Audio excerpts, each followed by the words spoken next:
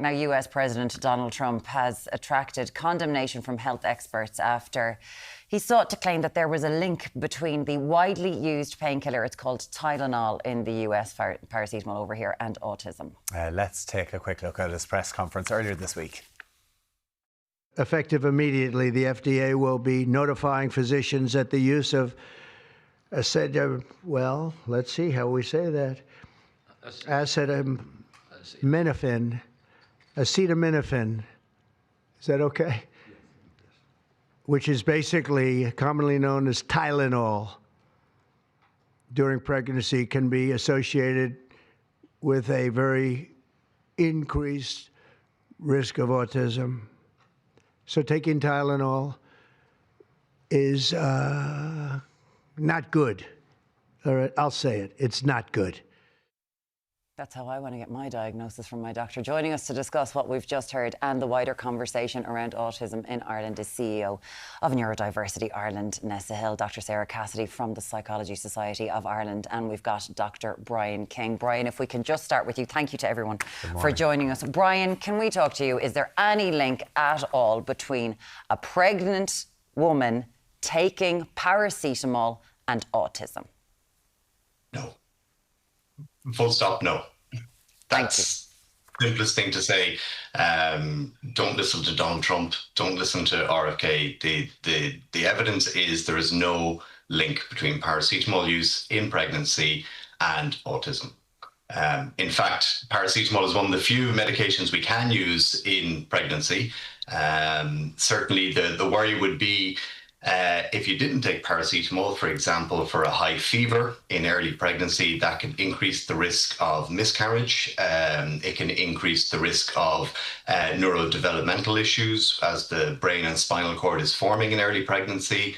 In later pregnancy, it can increase the risk of preterm labor, so going into early labor. And as you can imagine, it can cause dehydration and the issues that can arise with that, needing hospitalization. So certainly there is overwhelming evidence that paracetamol is actually safe in pregnancy.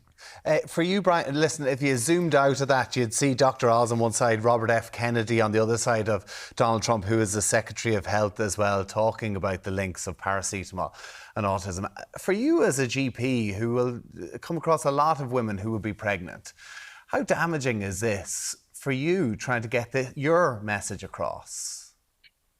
So I suppose we live in the modern social media era where I suppose clickbait follows and people are getting their news and information from many different sources. So I suppose all I can say is, look, we always are factually correct and honest with our patients when they ask us our opinion, when they ask us for medical advice.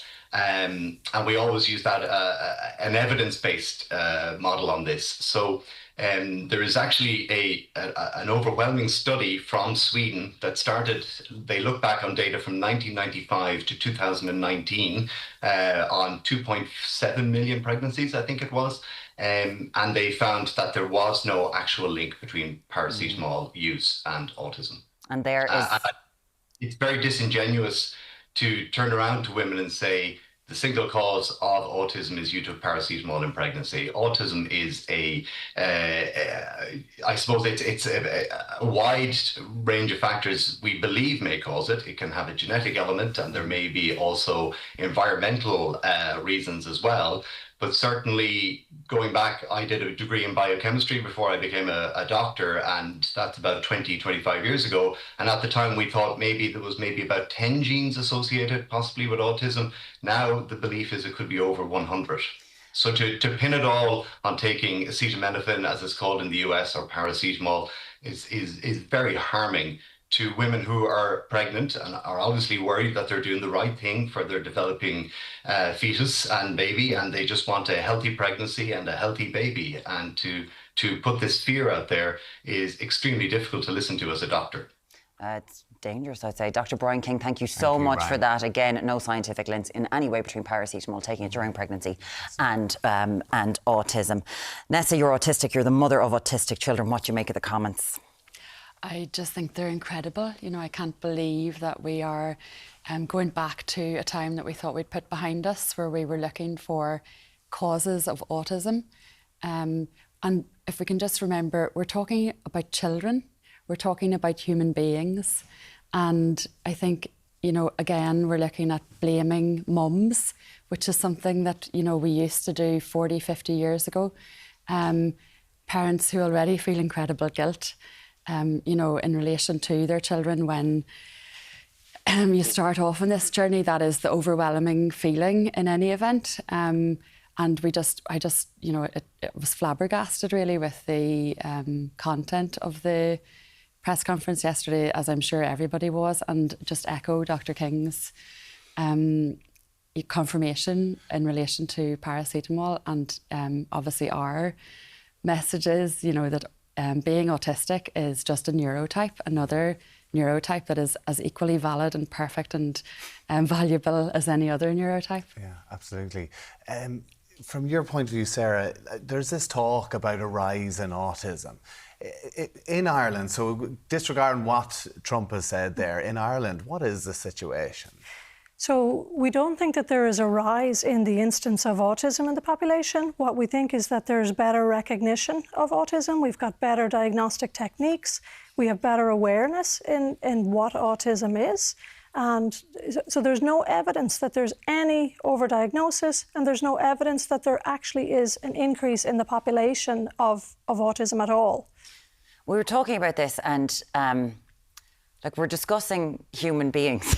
Yeah. And othering people.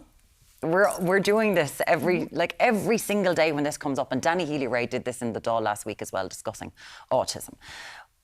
Autistic people have always been here, Nessa, but we used to maybe lock people away if they were different. Yeah, absolutely. I mean, our charity, Neurodiversity Ireland, came about because of that deeply felt stigma that we all carry, you know, when you're told your child is autistic or you're autistic, and that othering that you say that comes with that. You know, you're excluded from lots of parts of society, like education, social activities, because you're different. And in the past, we have hidden those differences in institutions like Magdalen Laundries or Letterfrack Borstals, or even, you know, mental hospitals, as they're called. And, you know, we've always existed. We just haven't treated autistic people in the way that we are trying to now. Whenever you hear statements like Danny Healy Rae standing up and say, linking autism to a lack of vitamins, I mean, for an elected representative, Sarah, to be standing up and making claims like that. I think it is totally unacceptable. As a mother, as a scientist, as a psychologist, I think it is outrageous. I think it is entirely irresponsible. I think it's harmful. I just think that, you know, I think that statement should be retracted. And I think we're diverting attention away from the things that we need to be talking about. And what we need to be talking about is, how do we access timely assessment, timely therapies, timely inclusive education. And so to be dabbling in speculation on precious time that's being wasted. And I mean, you know, this is harmful. This is not something to mess about with. Again, for anyone who's been following what's happening in the US, and it is spreading worldwide, Project 2025, which was a document that was written by many Republicans who wanted to get Donald Trump into power. And they wrote this down. They wrote what they were going to do and say in relation to women and autism. It does put the blame on women. Now, I believe a baby has to be made by two people and that genes are involved from both sides. But sperm is never mentioned any of this. How a man ingests food into his body whilst, you know, it's all a part of the makeup of his sperm, the genetic makeup of his sperm. It is always about women, isn't it? Like, I've never heard men come into this. I don't think I've ever heard any theory about autism that has involved the male aspect of it. Yeah, it's always about the incubator. It's always about the refrigerator Treating us mother, as that, yeah. Or the mum that went out to work. And at the moment, there is a theory going around that gentle parenting, usually on behalf of the mother, is causing the type of behavioural problems that come generally with autistic children. So we are seeing this in Ireland as well too. We're not immune from these theories, that are thrown at mums who are, can I say, struggling to do their very best in a situation that Dr. Cassidy has described, where we don't have access to assessments, public or private.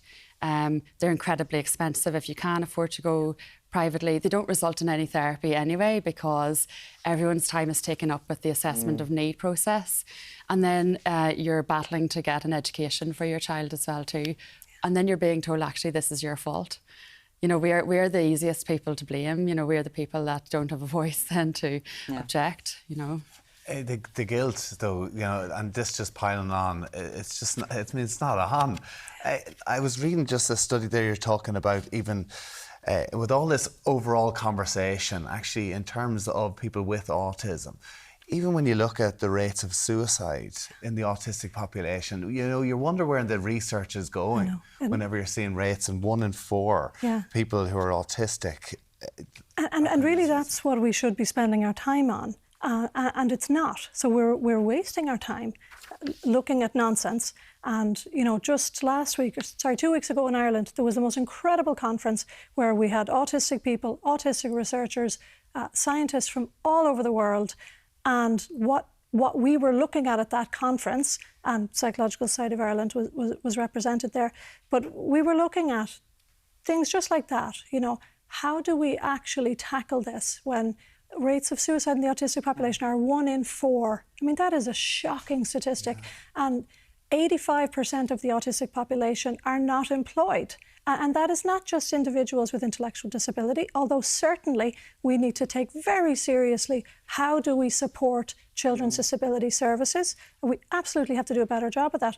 And so we need to look at, mental health supports, physical health supports, and we're not doing that. So this is very, very serious, and we can't reduce it to But it all costs money rather than saying it's your fault that it happened. Absolutely, it's not fair. It's incredible. It feels awful to our friends, people who are in front of us. We'd love to hear what you think, not just of Donald Trump's comments, but comments made by Danny Healy Rae.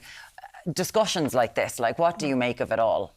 If you are autistic, if you've got an autistic person in your life, we all do. 0896 111 111. We'd love to hear from you, and we really do want to talk about this so much more. Nessa Hill, CEO of Neurodiversity Ireland, and also Dr. Sarah Cassidy, President of the Psychology Society of Ireland. We appreciate you both so much for coming in.